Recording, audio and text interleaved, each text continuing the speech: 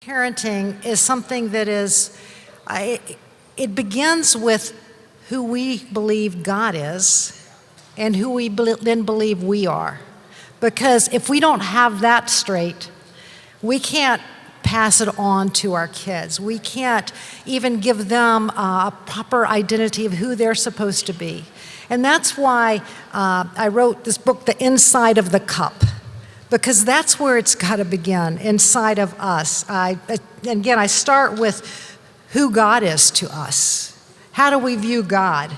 Then how we view ourselves, because that stems from how we view God. Then paying attention to God around us with a gratitude and awe. Learning to receive from God, to experience God. It's not enough to know things about the Bible, to have the right doctrine if we don't experience the presence of God in our lives. And our kids, doctrine is not enough. They need to know God, and that comes from who we are. Then I talk about learning to receive from God and experience God. Motivation. Where's our motivation come from? Our core values. The role of forgiveness and lament, often overlooked. Vulnerability and self-awareness. That's something that I did not know how to name my emotions. I didn't know how to be vulnerable. I had not seen it modeled. I had to learn it when I was around 40.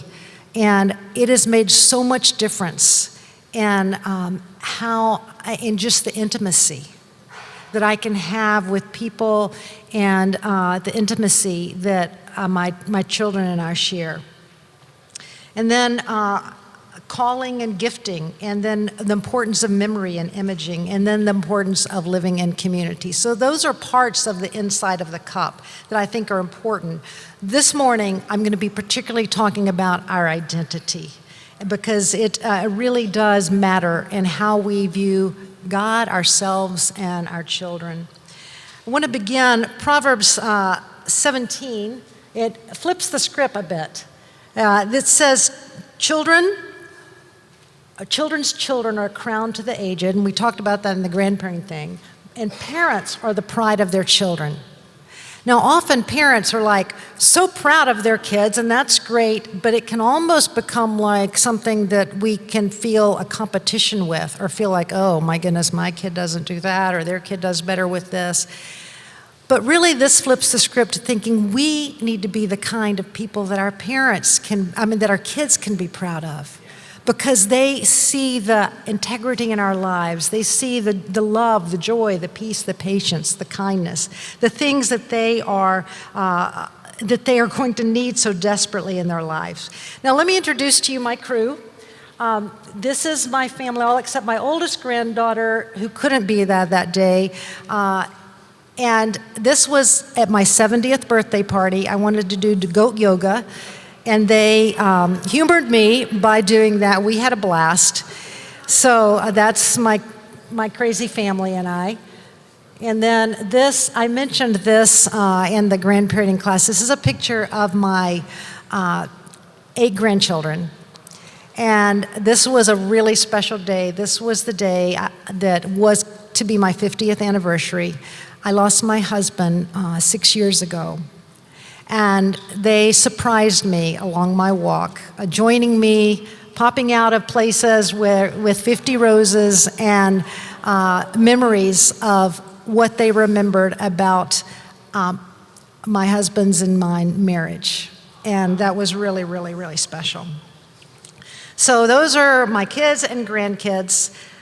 And why is this so important today? What matters now? Really, our families are stretched deeply. Every moment is either taken up by activities or by technology. And it is really hard to find the space. And I'm not going to read these depressing statistics because they're really depressing. But it just tells us that the trajectory of mental health and what our kids face is not on a great projection.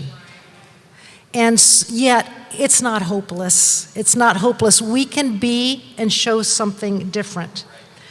But I don't know what each of your situations are.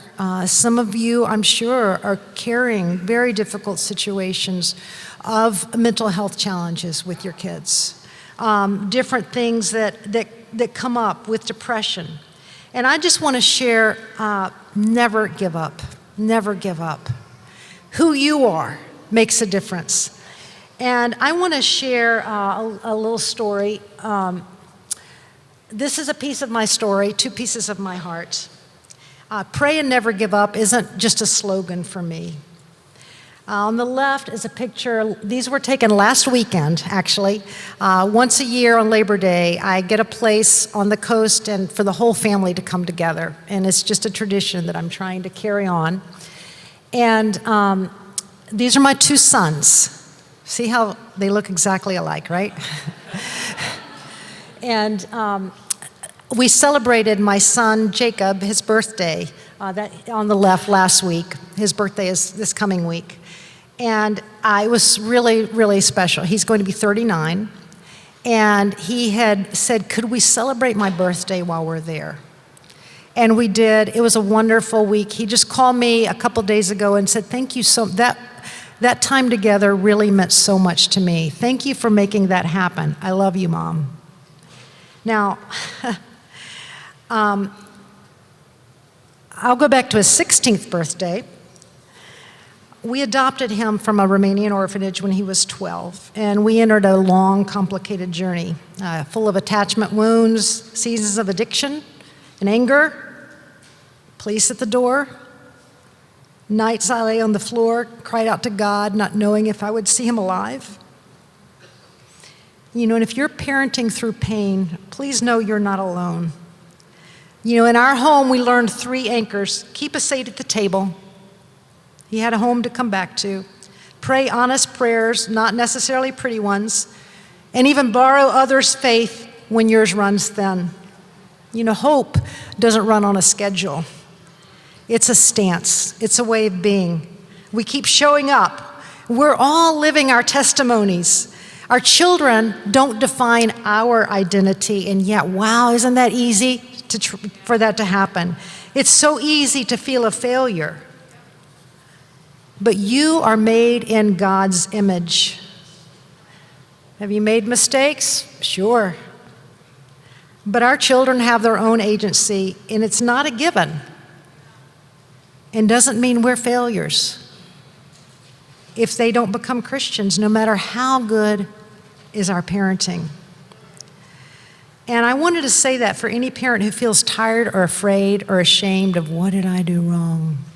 You know, I have been around a lot of years, and I've seen parents who I think, man, they did about everything wrong in the book, technically, and have amazing kids. And then I've seen parents who I think, oh, you know, they've done everything right as much as they could, and their kids have chosen not to follow God.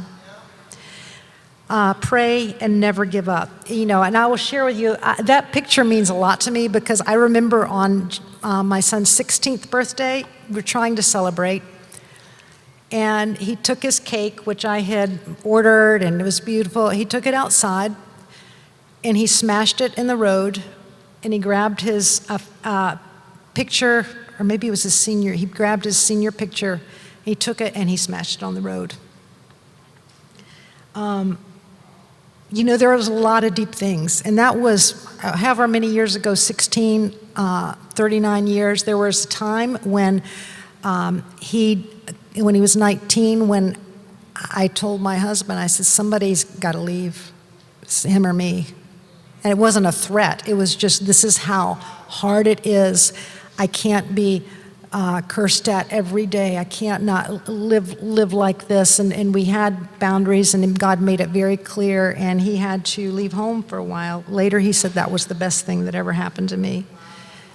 In contrast, today, he's still not a Christian, but he loves God, and the change. I sometimes just have that mind-blown emoji, things I never thought. Now he's almost 40. Would never happen. To regular phone calls, Mom, I love you. And last week was such an amazing time together. So I just want to say, yes, there's wise boundaries we have to set up, but keep praying, refuse to never give up. Refuse to never give up. And meanwhile, remember, whatever we're facing in our parenting, God is forming us. God is forming us. I remember in a very difficult time, I was talking to a counselor who worked with adopted children, and he said, you are really fortunate. I said, well, it doesn't really feel like that. And, I had all these visions of love is going to change everything, and just, and he said, no, you have opportunity like few do to really learn unconditional love. And I took that to heart. If you're parenting in a difficult time, hear this: you're not failing, you're being faithful. You're here, you're trying. God sees you. Here's your midnight prayers. Just take the next loving step one day at a time. Borrow hope if you need it. Unity and graciousness start here, letting the Spirit grow the fruit that we need for the people right in front of us, the pressing where love becomes real. And so I just wanted to say this at the very beginning, because sometimes parenting workshops can make us feel like, oh man, I'm just really, out to lunch. If you're carrying a child in crisis or in difficult situations, we just want to honor your courage and ask God, hold every weary parent and meet us where we can't fix what we love. So in all of this, where do we gain our identity? I became a Christian when I was 13 years old, and I am 71. So that's a lot of years ago.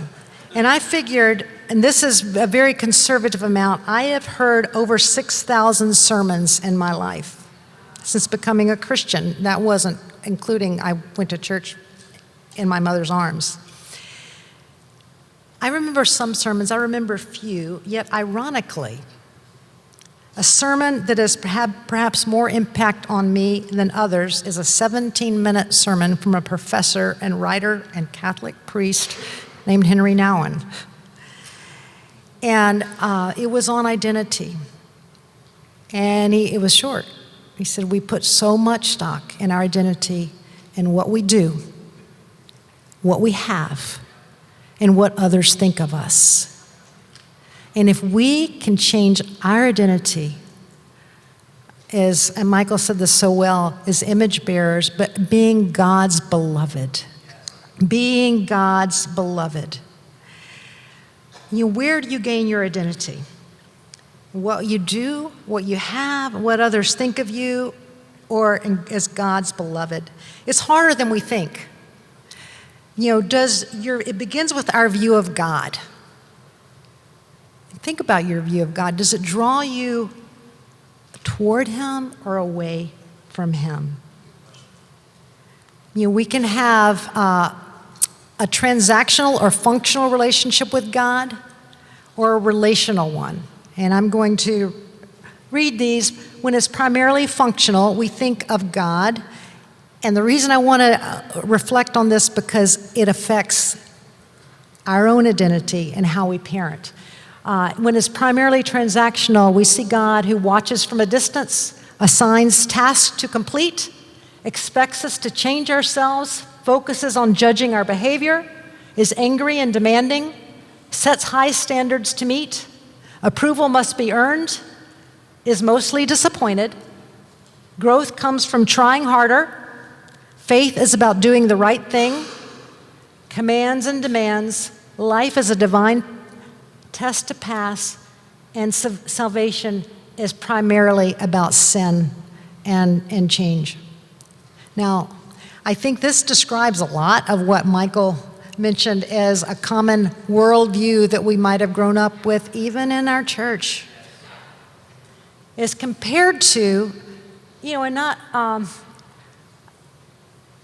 again, we do need to try. It's not like that, but we leave out the Spirit so many times. As compared to a primarily relational view of God, who is present and indwelling, invites us to join Him in what he is doing, works with and within us to bring change, patiently forms us in relationship, is loving and generous, awakens in us the desire to live well, delights in us as his beloved children, deeply desires to be with us. Growth comes from engaging more deeply with him. Faith is about receiving and sharing life. He mentors, heals, and restores. Life is a continual journey with God, and salvation is about restoring a broken relationship. That's a really different view of God sometimes than what we share. And God is about relationship. He wants relationship. And that's the kind of relationship we need to know to be able to have that intimacy with God and with our children. And with our children. And that intimacy comes from identity, really, in so many ways. And Michael went back to Genesis. I love the scripture in Genesis where God is, Adam and Eve have sinned and are hiding. And he calls out, "Where are you?" Now, my tendency and upbringing would have been fear, hide. But I believe God is searching. He wants that relationship back. You hear it as either, "Where are you?" or "Where are you?" And so often we can do that with our children, that punishment transactional mode, not that there aren't boundaries that are needed, instead of, "I long for relationship with you." Are we drawn toward or away? Because how we are reflect how our identity and whether our kids feel drawn toward us or away from us. And I just wanted to ask you to pause and reflect a minute. How has my view of God shaped the way I view myself and the way I view my children? Those are sometimes some hard questions, right?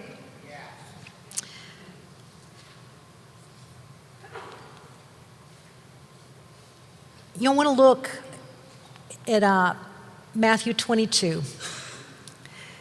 This is an identity that's anchored in love. And Jesus is quoting the Shema, the most important commandment, or the Torah of what the most important commandment. And he says, "Love the Lord your God with all your heart, with all your soul, with all your mind. This is the first and greatest commandment. The second is like it, love your neighbors yourself. All the law and the prophets hang on these two commands." We know this really well, right? But is this the way we live and parent? That the most important thing in our life and our family is loving God with all our heart and mind and soul and strength. Now, I want to say, I think we often do a pretty good job with mind and strength. Heart and soul is a little bit harder. Jesus, before he had ever begun his ministry, he knew who he was. I love the account where he's coming out of the waters of baptism and hears his father say, "This is my beloved son. In him I'm well pleased." And ultimately, I think that's the most important thing our children can know from us. You are my beloved son or daughter. And that is no ifs, ands, buts. You are my beloved son or daughter. Jesus, that knowledge affected the way he discipled, the way he lived among people.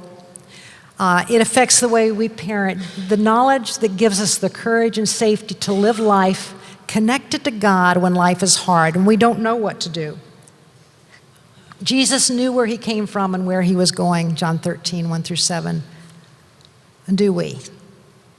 Do we really know where we come from and where we're going? Or we get so caught up in our careers, and even how our children are doing in sports or academics, which all those things are important, and they're not disembodied from living as a Christian. They're not separate, they're part of it.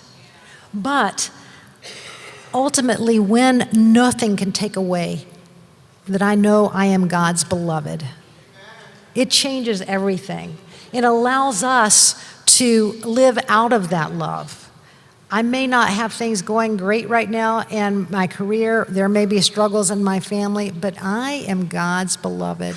And therefore, I'm not dependent on what others think of me. I can serve and give out of that love. It just makes a big difference. Just another pause for reflection. Do my children know and feel they are my beloved? Is my parenting more transactional or relational?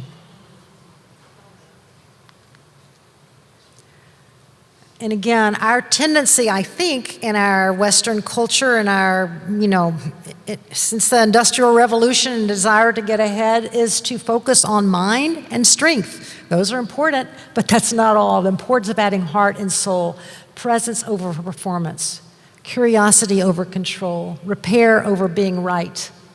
I love the way the original language puts this. It's almost like it says, love the Lord your God with all your heart, and your soul is like all your very, very, your muchness. The heart, your will, decisions, the control center, the soul, your whole living self, life, breath, being. And then the very, your muchness, resources, influence, capacity turned Godward. And aim your muchness. What is that life-giving, life-living identity going toward? Even choosing one weekly habit, as Dave has even talked about, to re-aim toward love. Maybe it's some silence, some solitude, to really pause and reflect on these things. What are my values? How do I view God? Discovering awe. A calendar blocking out some of these times. These things that give us space to explore these areas, to grow in these areas. What does heart and soul look like in parenting? Because it can seem a little foreign concept sometimes. But I believe it's that felt sense of being seen, safe, and significant. It's like that eye-level presence, right? Where you're really hearing, where you're really listening, without rushing to fix, which, wow, don't we as parents want to do that? Where we're quick to repair, that it's okay when things are messed up. We just want to repair it when we do miss. I think so important in really building this in our lives is, and Michael touched on this in such a beautiful way, is really having that different mindset, that different worldview, where we're living from the upside down kingdom of God approach, the Beatitudes. And I think it's just important to look at how am I living my life and flowing out of my identity, poor in spirit. How am I mourning? How am I showing God's comfort from mourning? How am I hungry and thirsting for righteousness, which is a relational word? How am I showing mercy? How am I being a peacemaker or pure in heart, really wanting to have and maintain that clear conscience? Being vulnerable when it's not, asking for forgiveness. And then, it's interesting. As I was thinking about this one night, I woke up at 3 o'clock in the morning, and I thought, there's no magical numbers in this. But I thought, this is kind of an interesting flow, because when we live by the Beatitudes, that way of being, what naturally flows out of our life are the fruits of the Spirit. When we live, for instance, as poor in spirit, love comes out of our heart. As we mourn, we learn what the fruit of the Spirit of joy really is. When we're meek, we learn peace flows from us. When we hunger and thirst for righteousness, the fruit of the Spirit that often shines is forbearance. And you can go on and on through these.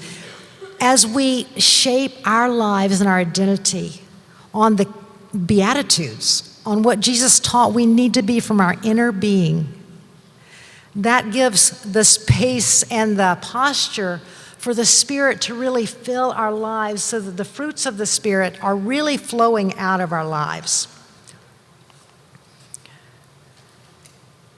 You know, it's going to be evident in our family life when these fruits of the Spirit in our life. Family rhythms. You know, what are your family rhythms? What does that even mean? For many of us, it means soccer practices at this time on these days of the week, baseball practices this time of the week, dances on these days of the week. And those are things we've got to figure out how to put in, but the rhythms of heart-to-heart communication, of asking questions that are hard, or letting our kids ask questions that are hard, and not being thrown off by the things that they question, exploring them together. Yeah, that's, things you read in the Bible that don't sound like a loving God, those are hard. Let's really look at those. You know, things that create that communication back and forth. I know that my children say that of all things in parenting, the intimacy, the heart-to-heart connection is the most important of everything. Focus on character more than achievement. Sorry, I keep looking back. I can't read that far. You know, which beatitude is God inviting you to bring into your family? You know, that's maybe one question you can look at. Where I am right now, and I look at and reflect on the Beatitudes, the ways of being. What is God inviting me to focus on?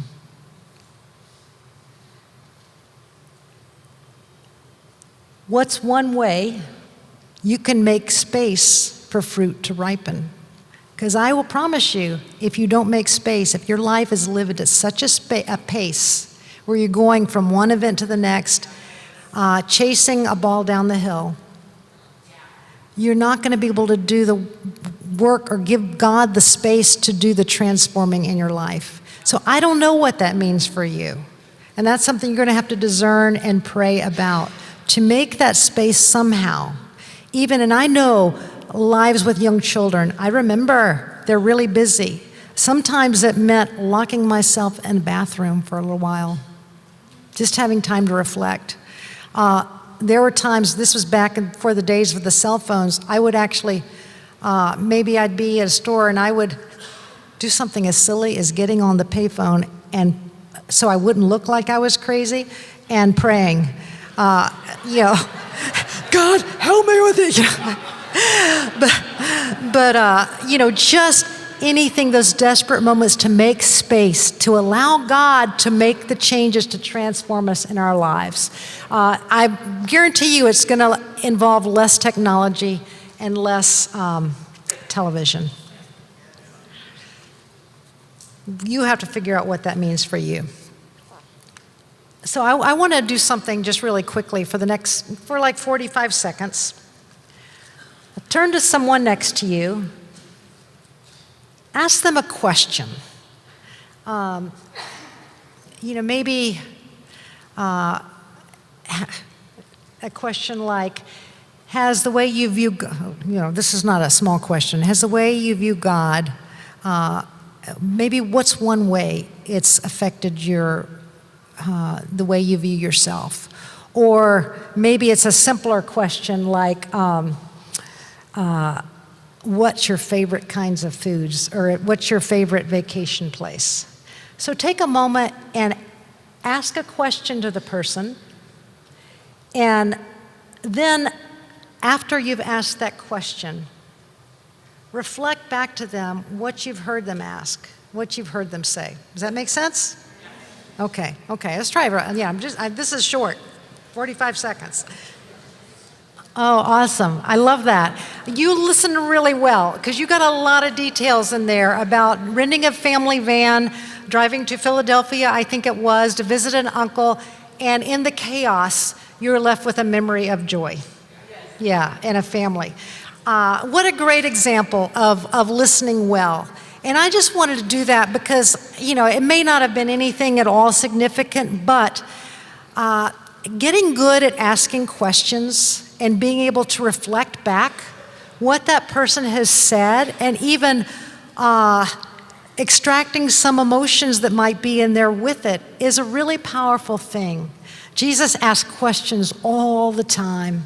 Learning to ask good questions, not to interrogate people, but to listen well. To listen well, to be curious about what they're thinking. That's so important, I believe. And again, I mentioned several times just the importance of making space. Making space, what do we make space for? We make space for listening in our families, making space for conversation, making space for awe and praise. It's so easy just to go through life and not do them. We can do that in simple ways of just commenting on, oh my goodness, this food tastes so good. Exploring with our senses what we see. Did you smell that? Did you smell that flower? Did you hear this? Did you see that?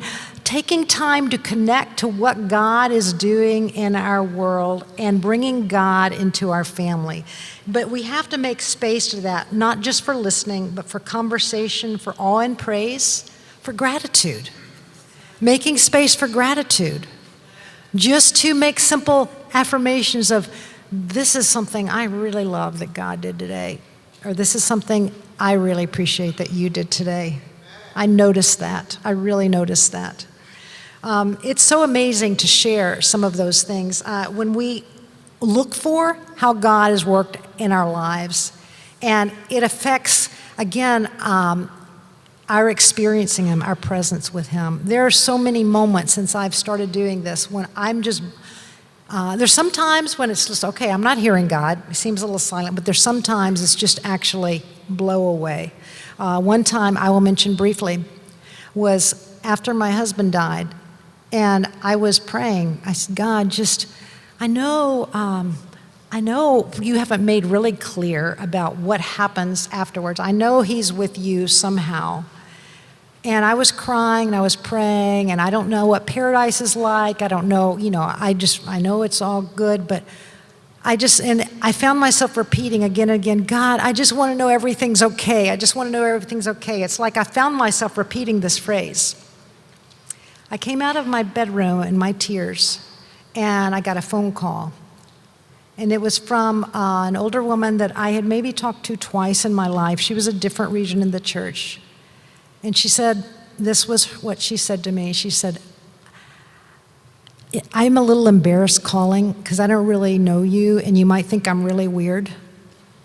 But I felt like I had to call you and just say to you, everything is okay. And you can't tell me the Spirit of God doesn't work. And I've seen that happen again and again, but that we don't notice it. It happens all the time, but we don't notice it if we're not paying attention. Making space, receiving so that the soul is restored. Making space to think, figuring out our motivation and values. Making space to create. Making space for waiting. Ooh, that one's a really hard one for me. I don't like to wait. And I can be absolutely not on a timeline or deadline and be stuck behind someone who is going too slow, and it can make me want to poke my eyes out. Making space for lament. Taking the time as families to lament over things that are hurting. It's okay for kids to see that, we have emotions and we're mourning. And it's okay for us to teach them to mourn that way. And it's okay for them to mourn. And it's okay to mourn together. In fact, family lament sometimes is very, very important. Expressing forgiveness, making space for forgiveness instead of just plowing through, I'm just going to let it go. Because it builds and it builds and it builds until it blows up. Making space for forgiveness and reconciliation. Making space for remembering. How often in the Bible does the remembrance of who God says we are and our identity happen by remembering, oh, this is where God did this. This is where God did this. Let's build stones here. Let's build our Ebenezer. Let's remember. Recounting times in our family.